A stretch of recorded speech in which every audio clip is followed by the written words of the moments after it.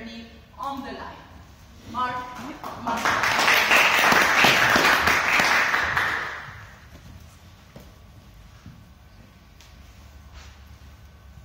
1870 Malta, it took 3 hours to walk the distance between Valletta and Mdina.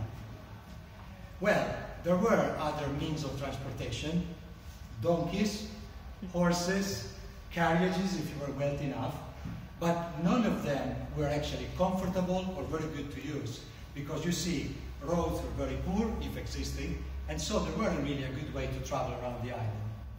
But that was soon to change, because a vision was set to cut the time from 3 hours to 30 minutes by having their very own Maltese railway. And in those years, Malta was part of the British Empire. The Queen was Queen Victoria. The sky was the limit, and England was at the forefront of innovation, technology, and business. So very soon, a plan was on the way, money was invested, drawing, engineering was there, and so in 1893, the railways was open to business.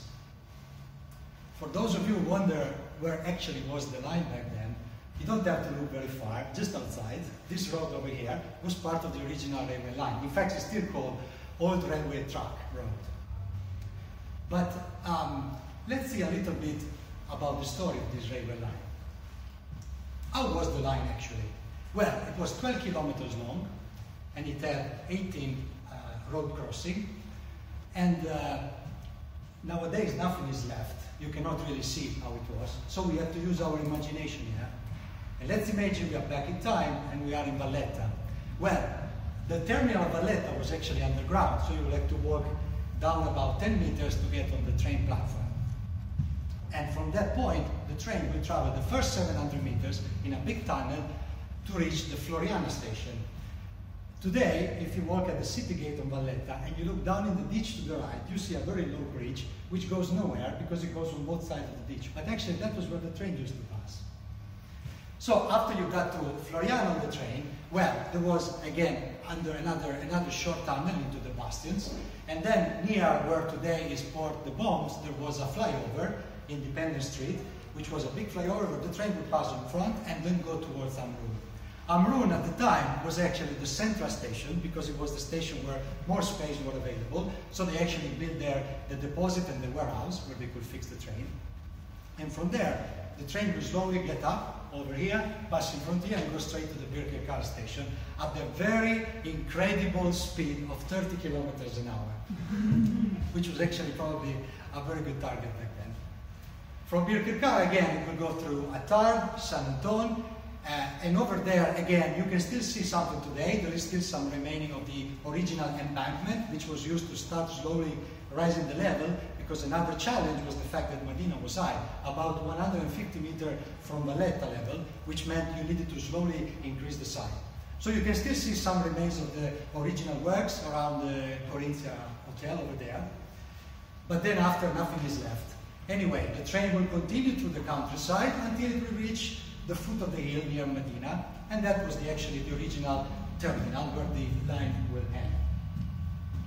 I say the original because afterwards, at some point, an extra station was built to assist the military, the army, which was stationed at Entarfa, where there was also a military hospital. So another big tunnel was built, 900 meters, under Medina. It's still there today. And the last station was then created on the other side of Medina. It's called Museum. It's still there, even if nothing is left. Well, now we talk about the line. How were the train? How were the wagons? Well, there were a total of train engine used on the line and different wagons.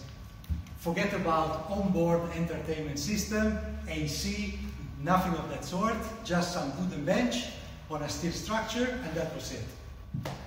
But again, the travel was only 30 minutes at back, so it wasn't really relevant, I would say. Well, some facts, some milestone of this line. After the opening, very soon, a problem arose, because even if the price was kept low, it was still too much for most of the population. So actually, from the original first, second, and third class, they had to change the ticketing system, get away with the second class that nobody purchased, and just use first class and third class ticket. And actually add a worker ticket, which was basically free, just for the people who needed to travel and had no money. 7 years after the opening, the company went bankrupt because this business was not sustainable. So the government had to step in, take over the line, do some upgrade, add the extra station for the military, and try to run the business through. That went a little bit better because the army was investing money, so there was actually a doable business, and no private money was involved. But then, in 1905, everything changed. The first buses, run by private operators, came to the island. At the same time, another venture, the tramway of Malta, started, and so the market was busy suddenly, and there wasn't really, again, a viable business for the Maltese train line, which in 1931 was definitely closed for good. Today nothing is left. I did some research. I actually found out books about it and some reference online.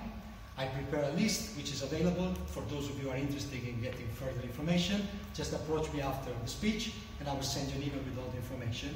I want to thank you a special person, Mr. Paul Gallia, who is the CEO of the Malta Railway Foundation, who keeps a database of everything related to the railway, and he was actually very nice with me to answer my question and give me some further feedback about this very nice story.